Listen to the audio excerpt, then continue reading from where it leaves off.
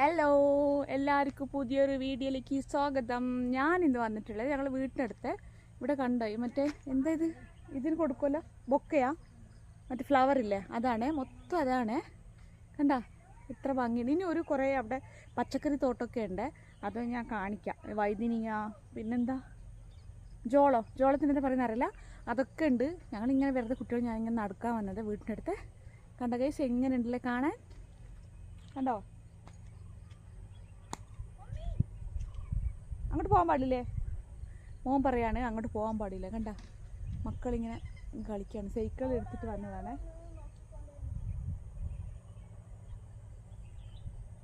കണ്ട, എന്ത് ഭംഗിയല്ലേ കാണാൻ.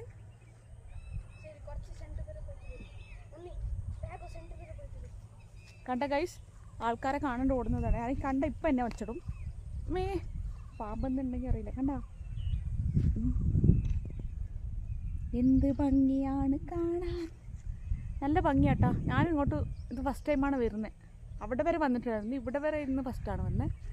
കണ്ട, ഇനി അവിടുത്തതൊക്കെ സീനൊക്കെ കാണിച്ചു തരാം. അപ്പോൾ നെക്സ്റ്റ് ഇതിൽ കാണിക്കാട്ടെ.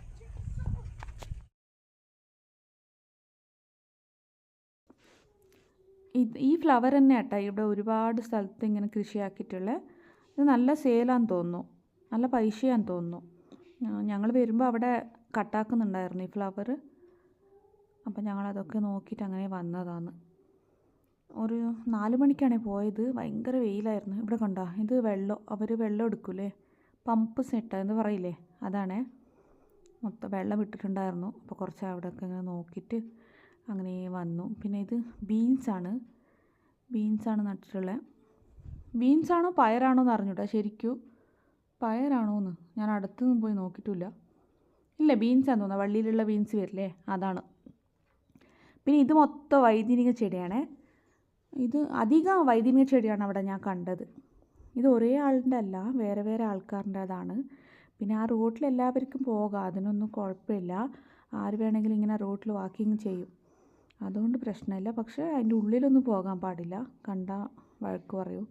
അവിടെ പിന്നെ എന്തോ മരുന്നൊക്കെ അടിക്കുന്നുണ്ടായിരുന്നു, എന്തെങ്കിലും സൗണ്ടൊക്കെ വരുന്നുണ്ടായിരുന്നു. അപ്പോൾ ഞങ്ങളങ്ങനെ ഈ ചുമ്മാ വീട്ടിലുണ്ടായതല്ലേ, അപ്പോൾ ഒന്നിങ്ങനെ നടന്നിട്ട് വരാമെന്ന് വിചാരിച്ചിട്ട് അങ്ങനെ പോയതാണ്. ഇത് ജോളമല്ലേ, ജോളം അതാണേ.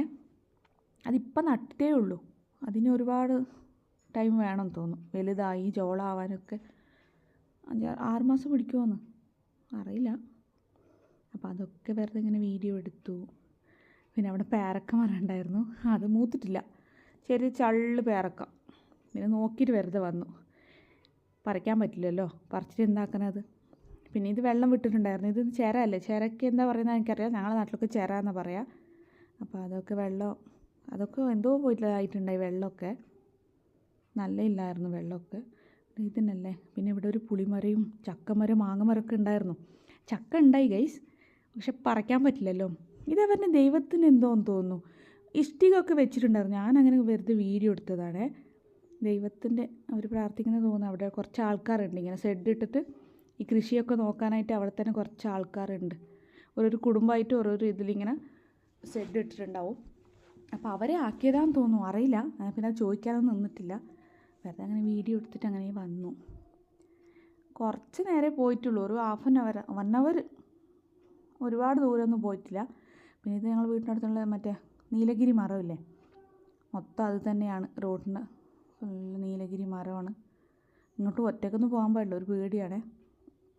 അപ്പോൾ മക്കളെ ഇങ്ങനെ കൂട്ടിയിട്ട് ഇങ്ങനെ പോയതാണ്. അപ്പോൾ നിങ്ങൾക്ക് ഈ വീഡിയോ ഇഷ്ടപ്പെട്ടു എന്ന് വിചാരിക്കുന്നു. കുറച്ചേ ഉള്ളൂ, ഒരു കുഞ്ഞു വീഡിയോ ആണേ. അപ്പോൾ എല്ലാവരും ഇഷ്ടപ്പെട്ട ലൈക്ക് ചെയ്യണം, സബ്സ്ക്രൈബ് ചെയ്യണം, എന്നെ സപ്പോർട്ട് ചെയ്യണം ഗൈസ്. ആരും സ്കിപ്പ് ചെയ്ത് പോവണ്ട കേട്ടോ. അപ്പോൾ എല്ലാവർക്കും നല്ലൊരു ദിവസം നേർന്നുകൊണ്ട് എൻ്റെ വീഡിയോ ഇവിടത്തേക്ക് അവസാനിപ്പിക്കുന്നു.